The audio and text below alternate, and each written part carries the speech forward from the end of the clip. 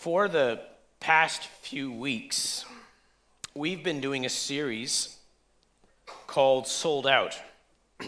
And if you've kept up, it's based on First Chronicles. And in the first week, Paul talked about how Chronicles is really about being sold out to God. It's about being sold out to Him and basically showing gratitude to God through everything that we do. And Chronicles was written about 200 years after Nebuchadnezzar destroyed Jerusalem. So it's not really next to the books of Samuel and Kings when it comes to when it was written. It was actually written, some say it was actually the last book of the Old Testament that was written. And the whole reason why it was written was to remind the exiles that God is faithful to his promises, even though Israel is not.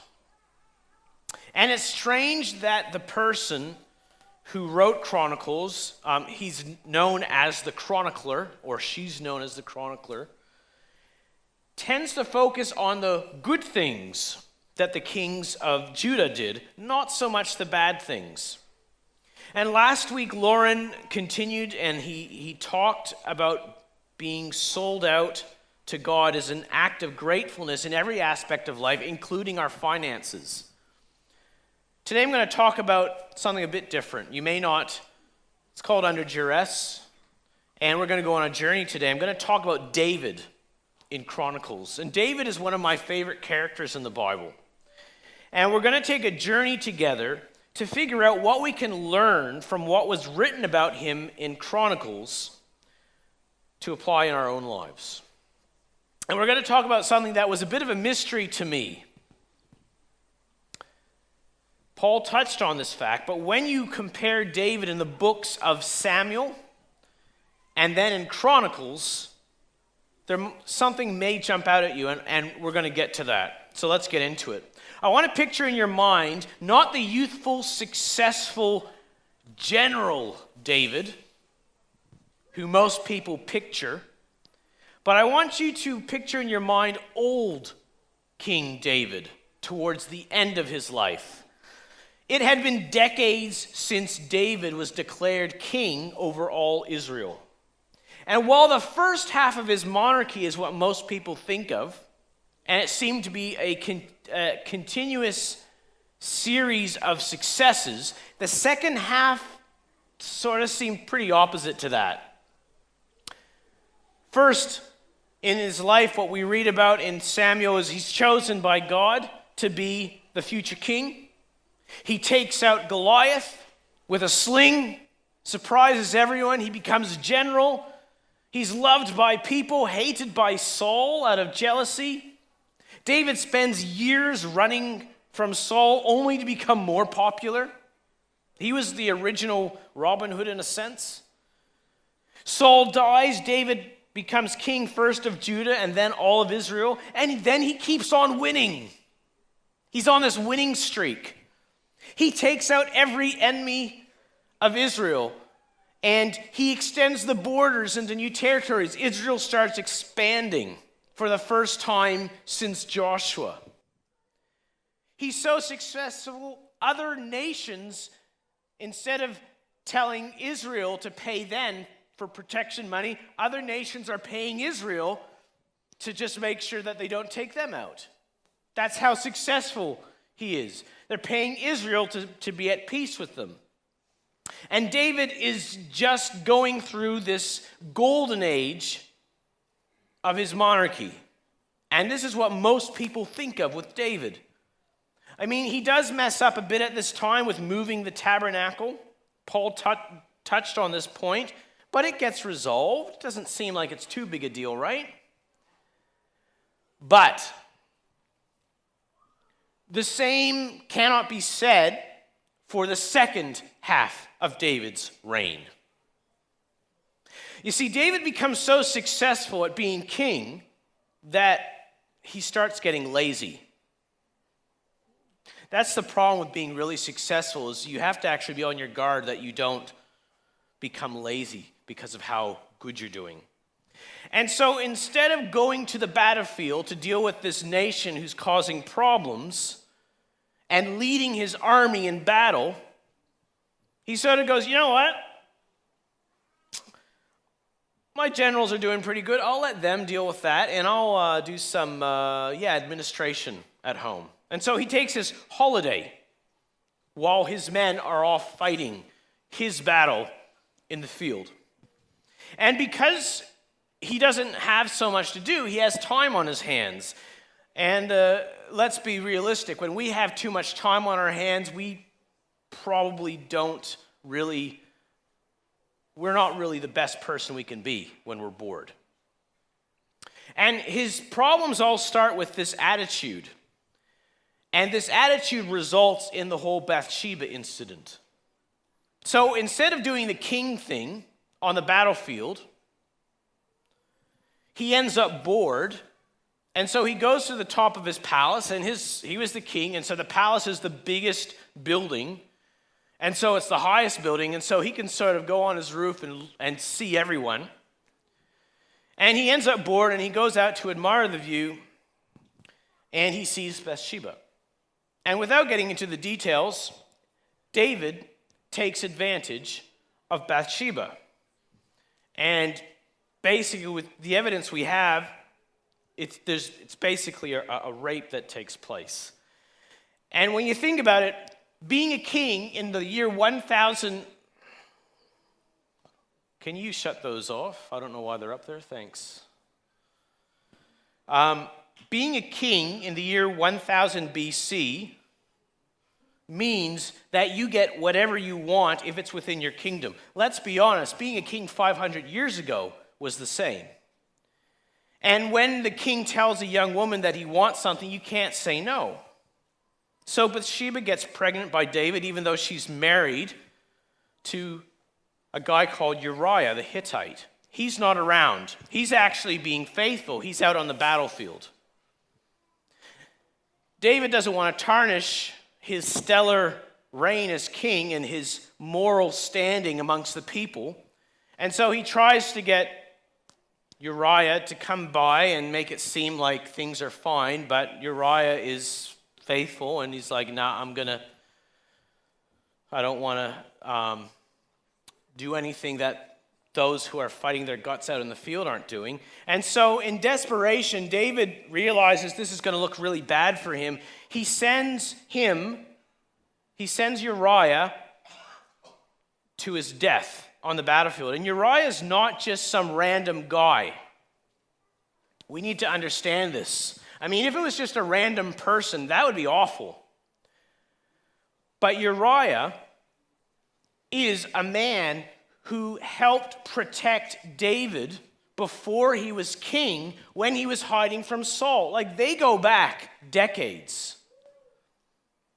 He was a man who was part of David's elite special forces. He was a man who was very likely a very, very good friend of David. He's like one of his best friends. And he sends him to his death to save his own face, to cover up his own lust problem. I can only imagine how awful it would have been for Bathsheba. Well, months later, the prophet Nathan tells David a fictional story about this man who is taking advantage of a poor man. And David's listening, and he's getting angry about what happened in this fictional story. David thinks it's a real story. And towards the end of it, David actually yells to Nathan, "That's awful. That rich man should have to pay back 4 times the amount that he stole from the poor man." And Nathan the prophet replied to him. He would have been a brave guy to say this to a king. "Actually, your majesty, you are the rich man in this story. This is you I'm talking about." Now, David took it very well. He could have just killed Nathan. But David acknowledges his sin and he repented to God. And that's what makes David basically a man after God's own heart, is he makes mistakes, but he owns them and he repents and he asks for forgiveness. But the consequences of that David pronounces on this rich man pay how many times back? 4 times, David actually pronounces his own sentence. I don't know if you're aware of that. Because over time, David actually loses 4 sons because Uriah's life was lost. First, he loses the child that Bathsheba was carrying due to his adultery. A year or so later, his oldest son, Amnon, does to his half-sister Tamar what David did to Bathsheba. We need to realize, whether we like it or not, we are modeling things to our children. And David models to his children this act, and this is what happens. Well, so Tamar's full brother, Absalom, wants revenge and murders Amnon, his half-brother. That's 2 sons gone. And Absalom's the one who did this. Absalom goes into exile. He comes back from exile after his banishment. He returns. He incites a civil war. Imagine a civil war happening. It's the child of the king who does this. It results in thousands of deaths. And Absalom is killed in this war. That's 3 sons. And then much later on, after David actually dies, Solomon carries out the 4th death of one of David's sons against his half-brother,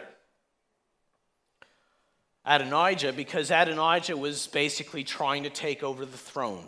And so 4 sons are taken just as David actually pronounces on himself.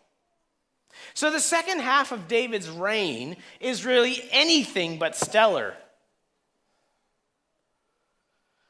Now, in the last few years of his life, after having lost 3 sons, after almost losing his kingdom in a civil war started by one of his sons, who had died because of it, and realizing that he's no longer able to be useful on the battlefield, he tries to go back out into battle. He's almost killed by one of Goliath's brothers. And his men are like, sir, with all due respect, you need to retire your sword. You're in your 60s now. It's retirement age. Start to collect your pension. And so David now, he can't go out on the field like he used to because he's an old man. And David is thinking about what almost happened. He's thinking about the future without him. He's worried about losing everything he worked hard for, about losing everything that God gave him. And he does something that I think most people in his position would do to calm his nerves. He asks for an account of how many people are part of his kingdom. He has a census. Specifically, how many men are in the kingdom? Even more specifically, how many men that are capable of using a sword in battle are part of the kingdom? He wants to know how big is his standing army to make sure that nothing happens. Now, is there anyone here who enjoys doing the government census? Oh, it's a pain, isn't it? I mean, our censuses are way more complicated than it was at that time. But no one likes doing them even today. But people back then hated them even more. Because the census usually meant that the government wanted to know the numbers so that they could either tax everyone appropriately. We need so much money, so let's split this amongst how many million people we have and knock on every door and ask for that much money. Or the other reason why was to do a military draft.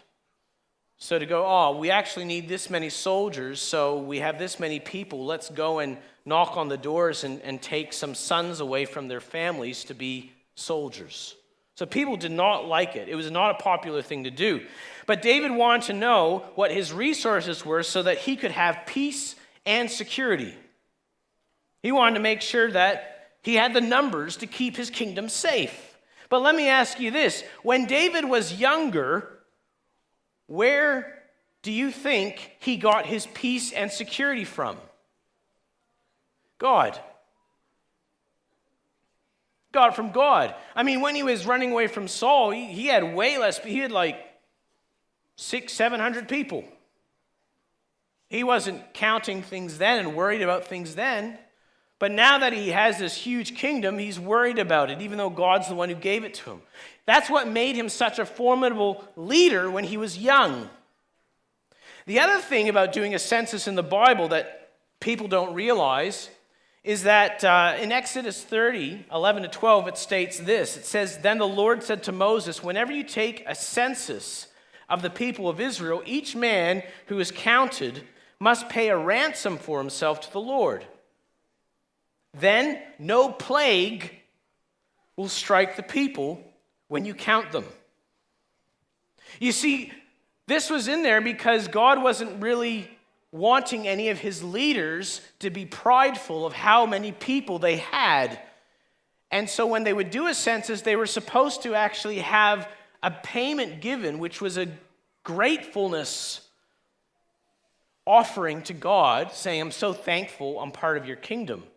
And it was so to make sure that there was humbleness when you did a census. So if you were to do a census, every person was supposed to pay a shekel, which wasn't really a lot of money, to show God that they were thankful to stop a plague from coming through the kingdom. So people had to pay plague insurance, basically. So doing a census was not really something that anyone liked, and actually if you did it with the wrong attitude, it could have really serious consequences. And David's top general, Joab, he knew this, and he tries to stop David from doing it. He knows David is doing this for the wrong reasons, and he tries to stop David from doing this. Now, you need to picture and understand, Joab is David's top general, but he's probably the most amoral person in David's kingdom. This guy is the same guy who murders his competitors. This same guy went against King David's orders and killed people to carry out his own personal vendettas against them. I mean, Joab is basically the one who did the king's dirty work. He was an assassin general. Joab was basically the equivalent of a Nazi SS agent or a KGB agent, except he's in charge of the whole military. Sounds a bit like a nation that we read about. And now it's pretty bad when you have someone like Joab who's trying to stop you from doing the wrong thing, right? I mean, you have this guy who is morally bankrupt, and he's the one who is the voice of reason. He's saying to David, "Don't do it, it's going to cross a moral line." It's pretty bad when a guy like Joab is saying, "Don't do it, it's going to cross a moral line." But David tells Joab to carry it out anyway, because David is no longer putting his faith in God. He's putting his faith in the numbers. So Joab goes and does it, but Joab actually is so against it, Joab actually doesn't count 2 tribes because he thinks God will be so upset with it. So the numbers come in, and David has a standing army of close to 1.6 million soldiers, not including 2 tribes, the tribe of Levite and the tribe of Benjamin. By today's standards, that's a very large army. Back then, that was a massive army. But it was not God's way. And so disaster starts striking Israel. And Joab looks at David with a look that says, "I told you so." And to his credit, David owns it. And he asks God for forgiveness. And this prophet comes through. And the prophet's name was Gad. And he comes to David and he says, "God's heard your plea for forgiveness, but there is a consequence that needs to take place. But God's going to let you choose what the consequence is." Now, I know the younger people know this game. Anyone here hear of the game Would You Rather? Who knows that game? Would you rather? Don't you love it when a teenager comes up to you and says, so would you rather have your hand cut off or your foot cut off? And it's like, neither? No, you have to make a choice. Would you rather be blind? Would you rather be... That's the would you rather game. This is basically what David is given, except it's not a game. It's actually what's going to happen. So Gad says, here's your first choice. Your first choice is Israel has 3 years of no rain. Your second choice, Israel has 3 months of enemies overrunning it. Or your third choice is 3 days of the angel of death going through Israel and knocking people out with a plague. Which one do you want for your consequence? Remember what I said before in Exodus? You need to pay that to prevent a plague from going through. This wasn't a mean thing of God. It was just like, you're showing everybody that you don't trust me. And to make a long story short, David actually says, God, you're a God of mercy, and so I would like you to make the choice for me. And so God picks option number 3, and he sends out the angel of death. That's the name of the angel of death. Same one who wiped out all the firstborn sons of Egypt. Remember that? And the angel of death starts going through and wipes out 70,000 men. But it should be way more than that. We don't know exactly when it happens, but God is actually merciful to David, and David's pleading with him while this is happening, and God actually stops the angel of death before 3 days. We don't know if it was just he stopped him the first day or the second. We don't know, but he stops before the consequences actually poured out. And he stops him before it reaches the city of Jerusalem. And where the angel of death actually stops becomes the place where the temple is built, because it represents God's justice and mercy. This is a couple years before David dies. So after this event, things settle down in Israel. David gets his affairs in order. David makes all these plans with God's help for what the temple is going to be like. David puts all this money to be used for the temple. He makes Solomon, the son of Bathsheba, who is now his wife, or one of his wives, the new king, and then he dies in peace. So that's what happened. But let's look at something. Now, after hearing all these things that David did, let's talk about what Chronicles actually says about David. Chronicles has a lot of great things to say about David. In fact, almost everything it mentions is great things. It only records in Chronicles 2 things he did wrong. How many things did I list that he did wrong? Like a lot. Now, if you could pick from everything terrible that David did, like I said, I like David. He's actually one of my favorite characters. But if you could pick 2 things, what would you pick as the 2 things that you think are worthy to get narrowed down into the 2 worst things that you could mention? There's only 2 negative things that Chronicles actually records about David. You want to know what those 2 things were? The first one is when David botches up the movement of the tabernacle, and you have the whole Uzziah thing where the guy goes to touch it, he gets killed because he stops the thing. There's that. And the other one is the whole census thing. That's it. That's what it puts as the things that he did wrong. There's no mention of what happened with Bathsheba. There's no mention about the illicit things that Amnon did. nothing about Absalom killing Amnon or causing a full-blown civil war. It doesn't mention the time when David worked for the enemy. He worked for the Philistines for a few months, like the enemy of Israel. It doesn't talk about when Saul died that there was a 7-year war between the house of David and the house of Saul. No mention of that. It doesn't mention the retributive executions that David agrees to pay for Saul's attack on the Gibeonites. It doesn't mention he spent a fair bit of his life running away.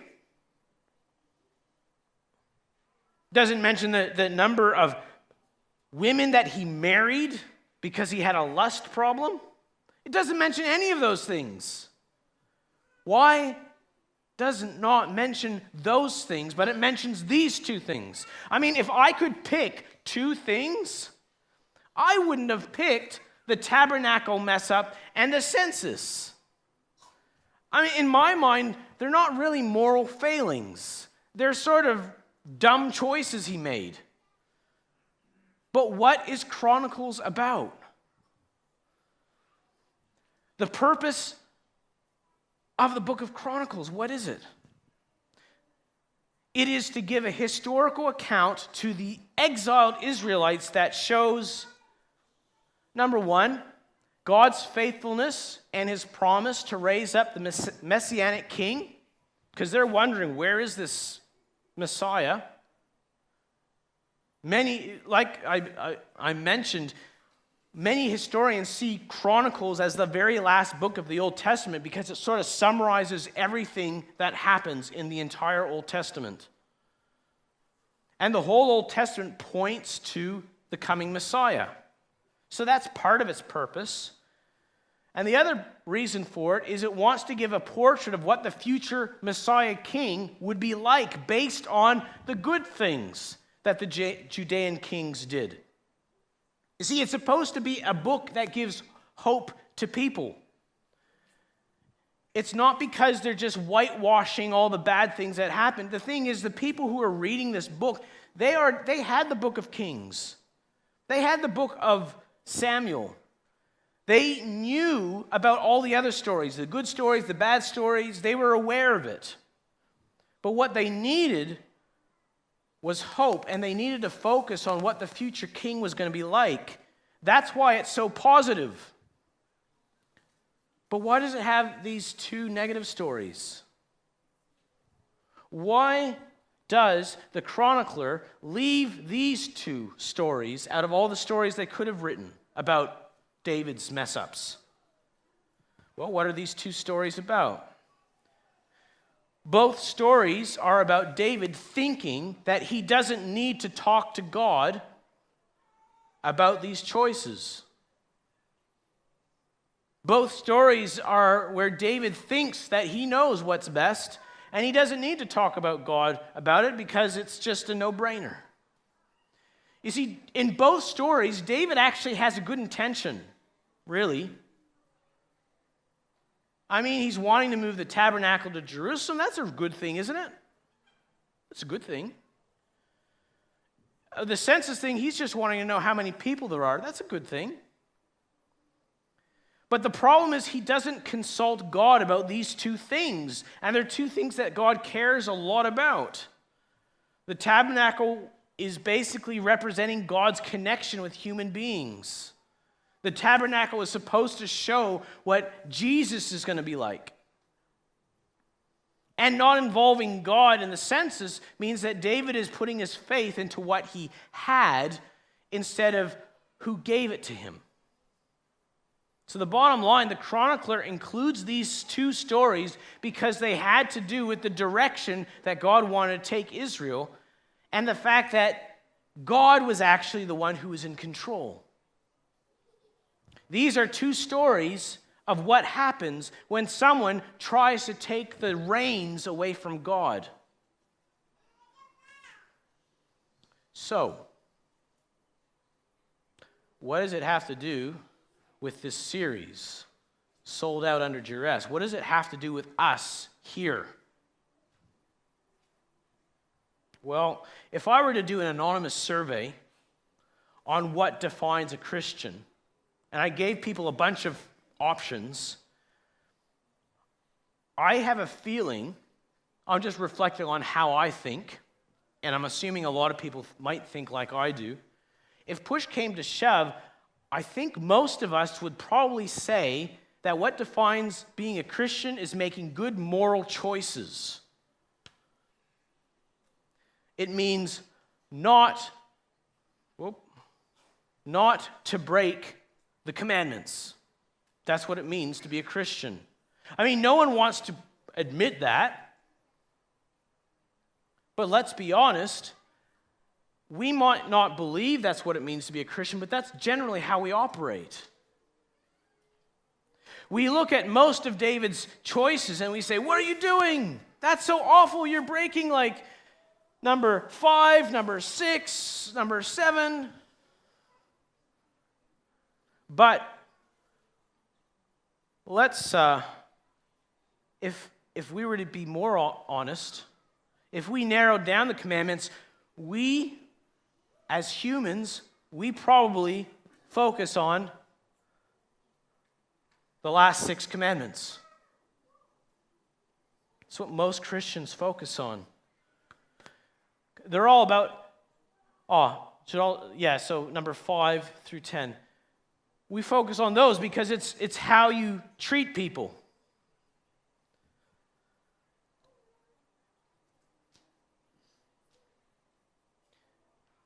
And just to note, I didn't actually write the list. That's not actually the correct list. Make sure you double check the 10 Commandments. That is not actually the right 10 Commandments list. I did not write that. All right. Yeah, I'm like looking at it like that's the Catholic list, guys. That's not the Protestant list. Anyway, so how we treat people. That's what we usually think. They're so important. They're the basis for and they are important. It's not that they're not important. They're the basis for the law in every country. Again, this is not...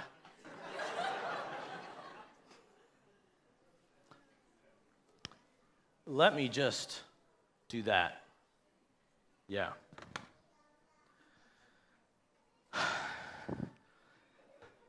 The last 6 commandments are about how you treat people. And they are important, and it's important that they are there, and God put those commandments in the 10 because they are important. They actually make up the basis for the laws in every country in the world, regardless of their worldview. So they are important. But we tend to ignore the first 4 commandments, which I will verbally tell you.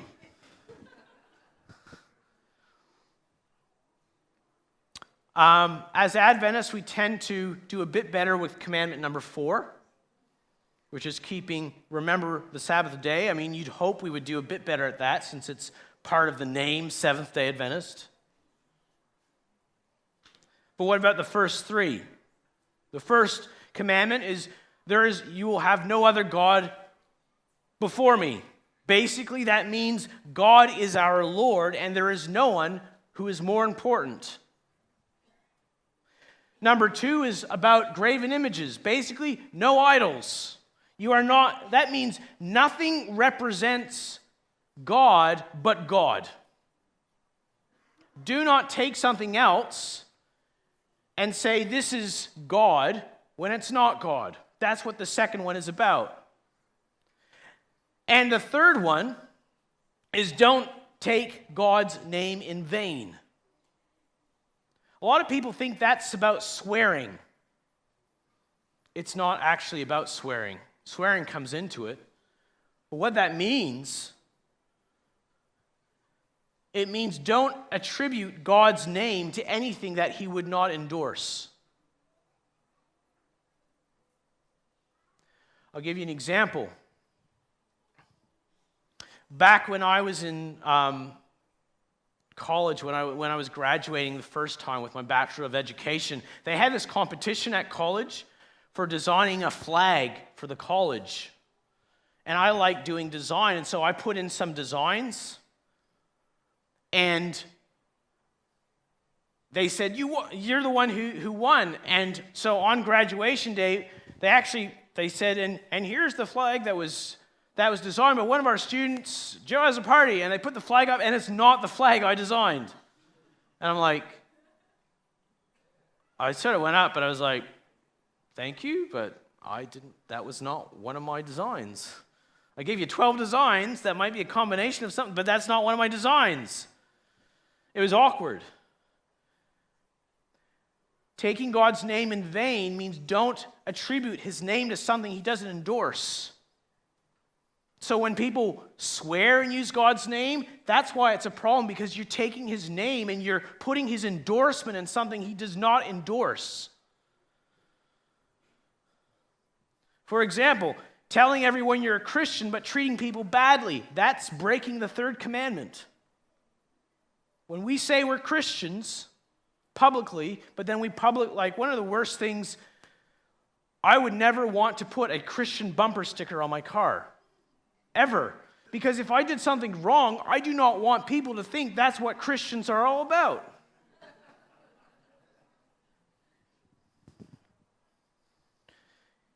Here's the thing. Being a Christian is not just about keeping your hands to yourself. That is not what Christianity is about. It's not just about respecting people and their property. Being a Christian is about doing what God asks you to do, not just refraining from what he says not to do. Do you get that? Being a Christian is about doing what God asks you to do, not just about refraining from what he says not to do. It's sort of like if someone is a good citizen not because they don't break the law. There's a lot of people who follow the law really well, but I would not want them to represent Australia because they haven't broken any laws. Being a Christian is not about not breaking laws. It's about doing what God asks you to do. If God is truly our God, why do we make so many decisions without him? And if we're supposed to have anything represent him that isn't actually him, why don't we spend more time in the Word of God and talking to him to find out what he actually wants us to do than going and asking other people what they think or watching a YouTube clip about what is right and what is wrong? Why don't we actually talk to God about it, go to the source? See, Christianity is not just about morality. That's what the world thinks of Christianity. They think Christianity is just about morality. Because honestly, that's what most Christians represent to the world. Being a Christian is about doing what God tells us to do, not only refraining from what he says not to do. And applying this further, the New Testament, when you look at the New Testament, it's a constant stream of Jesus or his apostles encouraging people to help other people. It's not just a book of philosophy. It's a book of application. He's just constantly saying, go and help people, go and heal people, go and give money to people, go and serve people. And yet, we often, as a community, and whether you want to use community as in the bigger Christian community, or if we want to take it down to the Springwood community, as Christians, we struggle to help those outside of our family groups and our cliques.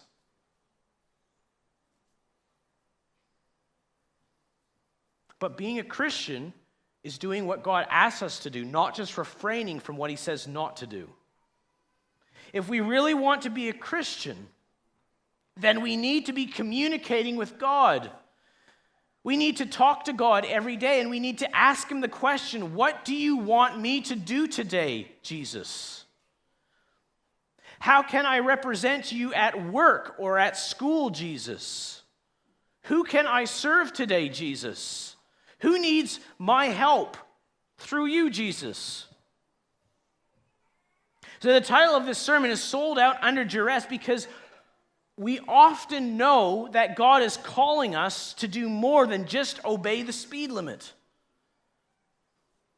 And it's hard to do what God asks us to do sometimes because it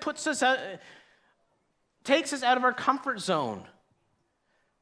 I personally find it really hard not to be in control of my own life.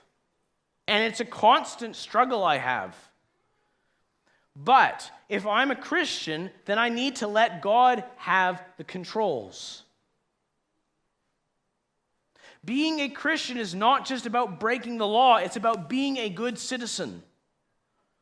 It's about doing things in our community as a way of showing gratitude to God for all that he's done for us. In Chronicles, the reason why it mentions these two blunders and not all the other stuff David did is because everyone knows you shouldn't be murdering people, you shouldn't be having adultery, but most people forget how big of a deal it is to God to not consult him, to not talk to him, to not do the good things he asks us to do. Having good intentions isn't enough. God's not asking us just to be good. What's your definition of good? If good means you're not a criminal, well, my neighbors are great people. They should be Christian. If they're doing exactly the same thing as the rest of us, what sets us apart from them? Because they're not breaking the law. We need to be asking God, what do you want me to do? How do you want me to do it? Is there something that is at the back of your mind that you need to ask God about? We need to have moral lives. Don't get me wrong, but we often focus so much on morals that we never ask God, what would you like me to do? How will you serve God today? Let me pray with you. Father, thanks so much that you actually trust us with not just not doing what you don't want us to do, but you actually trust us to go and actually be missionaries and to actually do things on your behalf. Lord, we pray that we would take this to heart and that we would talk to you about things that are happening in our lives, that we would talk to you about our decisions, the decisions that don't even seem like moral issues. Help us to talk to you. Help us to ask the question every day, Jesus, what do you want me to do for you today? Who do you want me to help? I pray that you would help us, Lord, to be good citizens of earth, not merely people who obey the law. Thank you for all you're doing, Lord. We pray that we would go out into our communities and do likewise. In Jesus' name, amen.